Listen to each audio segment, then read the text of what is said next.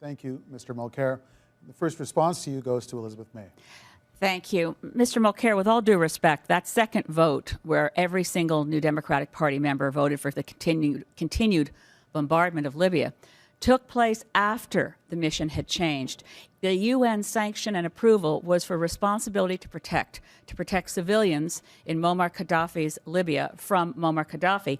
At the moment that we, as a country, Canada, said, oh, the rebel forces, they're the legitimate new government of Libya.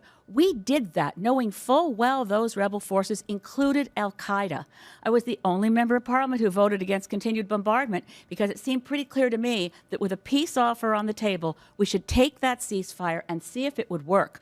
The warehouses full of armaments that belonged to Gaddafi in Tripoli and throughout Libya ended up being emptied out by hoodlums and terrorists and ended up destabilizing Mali, and some of those very weapons ended up in the hands of ISIS. So the question is, how could we as a country that has always stood for peacekeeping and ceasefires, why did every NDP member vote to continue bombardment when everything I just said was already clear?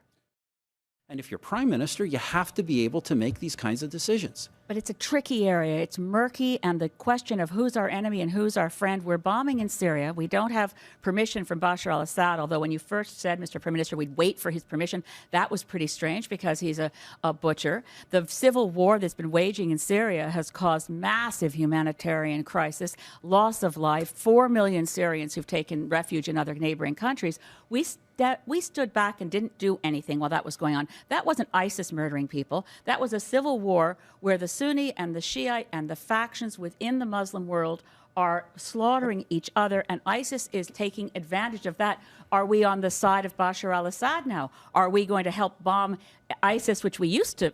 Frankly, there were some people who said ISIS was probably a helpful force because they were against Bashar al-Assad. Isn't it one of the awful tricks of history that most of the world's crisis areas are in tricky parts of the world? It's very tricky, but that's why we have to look at what ISIS is doing. Why does this group of despicable thugs put their horrific acts on YouTube?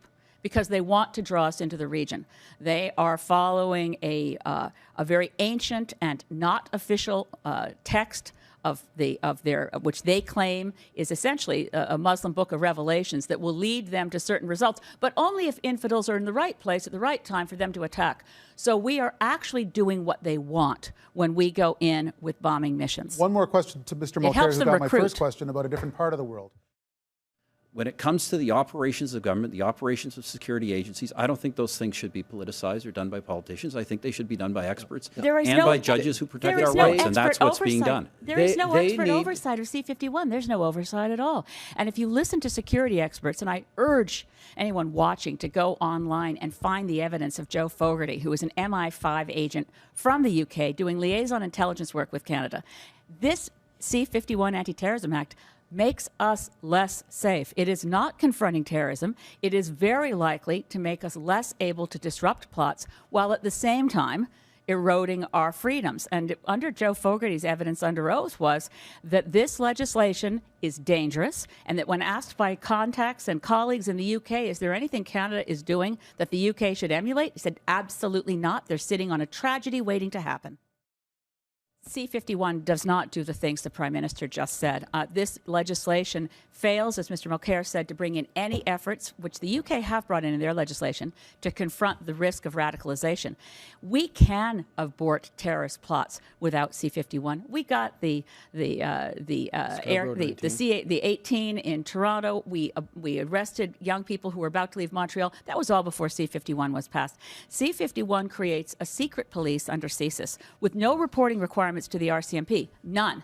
And it will create separate security espionage groups, not knowing what the other is doing. This legislation must be repealed, and then we should go back. Look at the recommendations to anyone here, and I hope to be playing a key role in the next Parliament. We must look at the recommendations from the Air India inquiry, from former Justice John Major. We must look at the recommendations from the Maher Arar inquiry and use those recommendations as the basis for drawing up legislation that could work. This is a disaster.